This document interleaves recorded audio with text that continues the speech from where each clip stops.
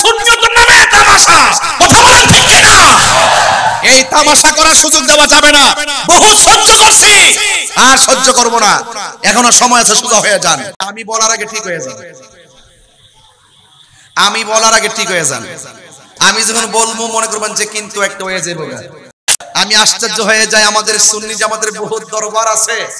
বাপে দাদার আমলে দরবার ঠিক ছিল, বাপের আমলে ঠিক ছিল। ফুতাইতের আমলে যখন আসছে 2 ফুট গেছে শিয়ার দিকে, 1 ফুট গেছে খারিজির দিকে, আরেকজনে আগের দরবার নিয়ে চলতেছে। কিন্তু তিনি নিজের সন্তানদের ব্যাপারে কোনো কথাবার্তা কয় না। কথা কোন ঠিক না বেঠি?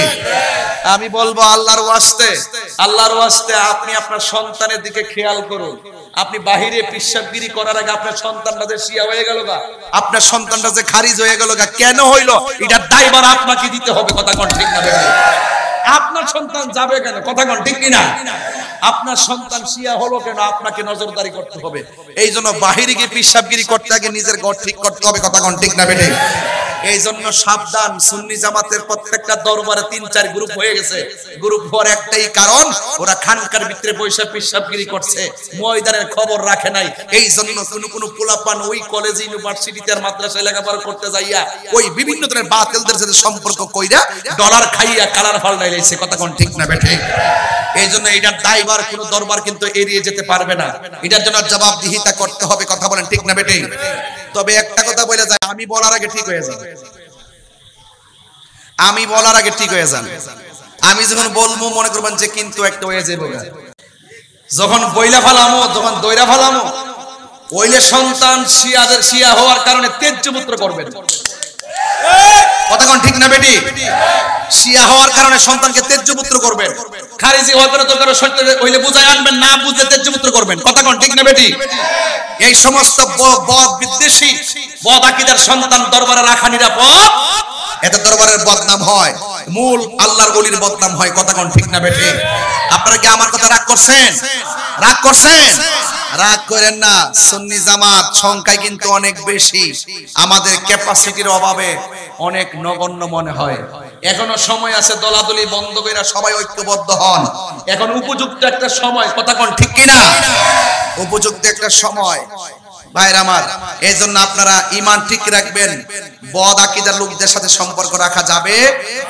আর ঈমান ঠিক করার, ঈমানকে যদি আপনি আপনি যদি ঈমানটাকে ঠিক রাখতে চান, আপনার সন্তানকে জামিয়া আহমদিয়া সুন্নিয়ায় পাঠিয়ে দেন। কথা কোন ঠিক কিনা? জামিয়া আহমদিয়া সুন্নিয়াতে পাঠিয়ে দেন। যে কোনো প্রতিষ্ঠান হোক আর যে কোনো দরবার হোক, যদি কোনো বদ আকীদার দুর্গন্ধ পাওয়া যায়, তাকে রাখা যাবে।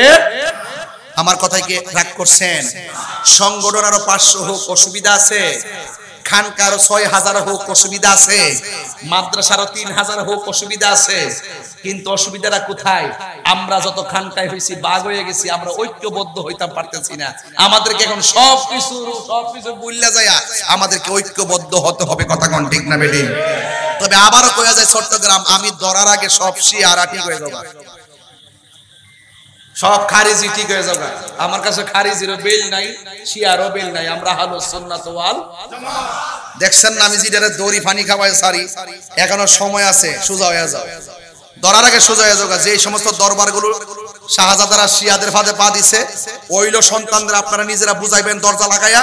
আর না হয় সন্তানকে দরবার থেকে গাটটা দইরা বাইর করে দিবেন, জাতিরে বুঝাই দিবেন যে এ শিয়া হয়ে গেছে, এর সাথে আমাদের মূল দরবারের সম্পর্ক। আমি কি বুঝাইতে পারছি? আপনি ইডো কবিন হিডো কবিন, আপনি দরবারের মধ্যে 2-3 গ্রুপে চালাইবেন, শিয়া জমের মাহফিলও চালাইবেন, আবার খারিজি জমের মাহফিলও চালাইবেন। এইগুলা সুন্নিয়তের নামে তামাশা।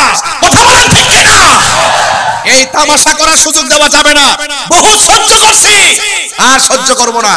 এখনো সময় আছে, সোজা হয়ে যান। আল্লাহ যেন আমাদের সকলকে আহলে বায়াতের প্রেমে দিওয়ানা হওয়ার তৌফিক দান করে। আমিন পড়েন, আরো জোরে বলেন আমিন। मैं तो बीमारे नबी हूँ। MBN TV একটি ইসলামিক ইউটিউব চ্যানেল।